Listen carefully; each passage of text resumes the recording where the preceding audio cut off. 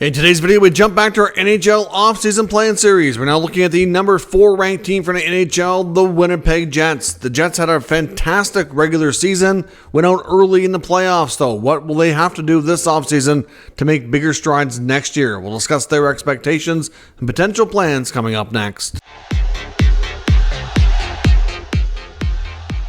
So welcome back to another video here at Top Shelf Hockey. As I mentioned, today we're taking a look at our offseason expectations for the Winnipeg Jets, the 4th ranked team from the regular season. In case you're new to this series, we do have videos on the channel from the 32nd ranked team all the way up to the 5th ranked team right now. So this is the number 4 ranked Winnipeg Jets. And how we're going to structure this is we're going to take a look at the 23-24 campaign, look at some key team and individual performances, some key numbers, some changes we saw throughout the year, take a look at their salary cap, expiring contracts, draft picks, all that stuff to see what we should expect from them this offseason. So let's dive in and get started first by recapping the 23-24 campaign for the Winnipeg Jets. They finished with 110 points, real solid campaign for them with a record of 52-24-6 in a real tight Central Division race with the Avalanche and the Dallas Stars. Unfortunately for the Jets, they had a first-round loss. They won their first playoff game against Colorado, and then they went out after that without much fight. The Jets completely fell apart and wasted a good season. I really thought they were poised for a deeper run, but it did not happen. Looking at their team stats, they scored 259 goals, which was 15th best. They were 198 in the goals against department, which was second best. That was phenomenal. Great goaltending, strong team defense. Power play was okay, but not fantastic. 18.8% for 22nd. The penalty kills, same boat, 77.1 for 21st. So their special teams were not all that great, really. Like, they were okay, but there's nothing special about their special teams. Whereas their ability to defend and keep the puck out, which was a big part of that, was, Connor Hellebuyck having a remarkable season again, and the team did defend well, and that was by far the biggest strength, which led them to victory more often than not. Taking a look at their key team individual performances, we were led by Mark Scheifele, 72 points. Josh Morrissey had 69. Kyle Connor had 61, but he only appeared in 65 games due to injury, so that's a good result. He was on pace for closer to 80 points. Nick Ehlers was 61 points, and Sean Monahan, who came over from Montreal, had a nice season at 59 points. Hellebuyck, like I mentioned, with a record of 37, 19, and 4, a 2.39 goals against and a 921 save percentage, arguably the top goaltending performance in the league. Throughout the year, they did make some changes, mostly near the deadline. They made several additions, including Sean Monahan came from Montreal for a first-round pick. They picked up Tyler Toffoli as well from New Jersey for a second and third. Also picked up Colin Miller for a 4th-round pick. So made some reinforcements in all areas, down the middle, on the wing, and on the blue line.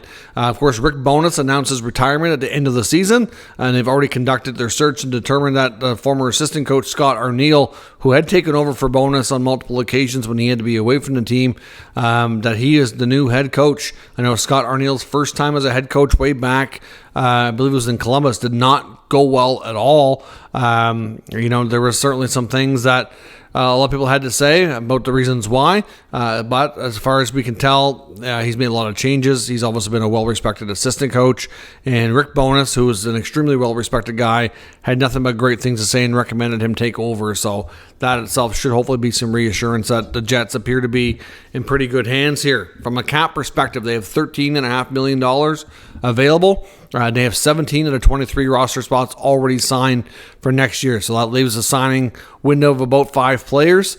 Looking at their expiring contracts, we've got Cole Perfetti as the RFA lead. We've got David Gustafson, Logan Stanley, and Ville Heinola. Clearly, a lot of these young players are going to be retained and signed, just a matter of what kind of term and dollars we're looking at. On the UFA side, certainly have some question marks with Monahan, Toffoli, defenseman Dylan DeMello and Brendan Dillon there, Colin Miller as well, Laurent Brossoit, who is a real good backup goalie, and Colin Delia, who was a number 3 goalie for them. So at the end of the day, I think Brossoit is likely leaving, mainly because he's got opportunities that he can look to other teams to get more playing time and get a little bit more money, which I think he'll want to take. Monahan maybe returns. I think Toffoli's probably good as gone. It's expected Brendan Dillon likely departs via free agency as well, so they can create more space for their younger D like Heinola, like Sandberg. So I don't expect Dillon back. Miller's probably gone. DeMello, they will try to keep. Hard to say for sure if that happens, but he's going to be looking for a decent raise, and it just depends if they're comfortable moving forward with that contract. But out of the bunch, DeMello would be their main one to try to keep, with Monahan being a possibility. The rest, I think, are as good as gone. Overall, like I said, in their young guys, well, they certainly need to get signed and see what happens. Because if you sign some of your RFAs, you sign Perfetti, for example, you get Stanley Heinola looked after, you get Monahan or DeMello signed, for example, and then your kind of roster is full. So the rest of your transactions are going to end up happening via trade. But they do have a lot of activity that we could see there from the draft perspective. They have 5 picks. They don't have their first round pick. They have a Montreal Canadiens second round pick, and there's no third round pick either. So they're not going to be doing a lot of picking at the draft, but they might be doing some trading. So looking at the top questions, are we going to see a Nikolai Ehlers trade? I think there's a real solid possibility. It's believed at the end of the year based on his comments and everything. It sure sounded like he was going to be looking for a fresh start. He had a decent campaign, but I think he's had a lot of up and down the lineup, and I think he's just ready for a new team and a fresh start somewhere else to kind of get more consistency with his game.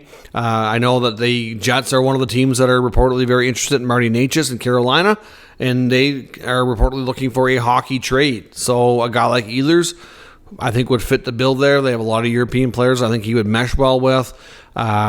He's making the kind of money that I think they're kind of comfortable with as well. So to me, Ehlers for Necas is a real possibility. Not to say that's going to be a 1-for-1, or that Necas is getting a lot of interest from other teams too. Maybe he goes elsewhere, but I can see the Jets trying to pull that off. But I do expect Ehlers to get moved this offseason, which will create hopefully more of a role for Perfetti.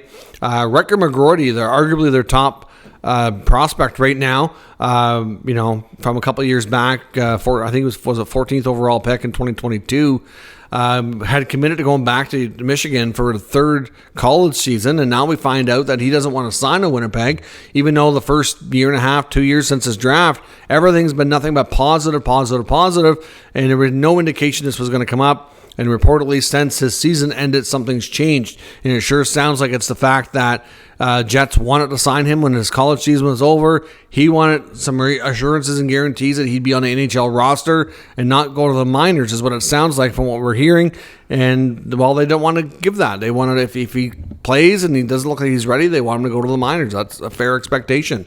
Although he does appear to be NHL ready, sometimes until you get there, it's hard to say. And personally, I don't think a little bit of time in the minors hurt anybody. But that seems to have soured the relationship. And now we're at a point where he's being shopped and is likely going to get moved. So if they can find another top young player to swap with, that would be preferable. But he is on the trade block, and we could see a McGroarty trade real soon, depending on when this video makes it to YouTube. It could have already ended up happening as well. They're likely going to have to find a new backup goalie. Like I said, Brossoit is expected to depart via free agency. So I wonder who they're going to target there. There's going to be a number of experienced guys for short-term, cheaper deals on the open market. So somebody to play behind Hellebuck. We'll see. Cole Perfetti's extension is going to be interesting to see how they handle that. It's likely going to be a bridge deal. I don't see the player or the team really wanting to go long-term just yet.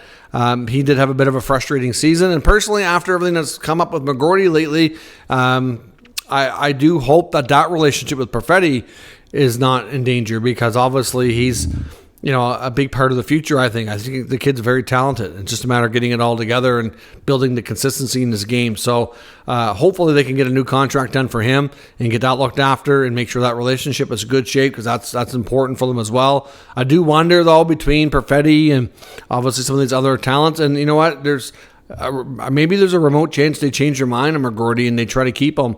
But they're going to have to move some veteran guys out. Is there a chance they try to move out guys like we're looking at Nemestikov, Iafallo, maybe Appleton, like some of these bottom 6 veteran guys to create a room on a roster for him? I do wonder if we'll maybe see that on the blue line. They've taken the development of Ville Heinola to a really long, drawn out stretch here. This kid's got to get in the NHL and see what he's made of, or move him, in all honesty. But looking at the blue line, I think they're going to probably do a Nate Schmidt buyout. That's probably something we're going to see. They're going to use that, hopefully, extra money to help re-sign Dylan DeMello. Like I said, Brendan Dillon, not expected back. So you're looking at Morrissey, DeMello, Pionk likely still stays unless they trade him, but I don't know that they will.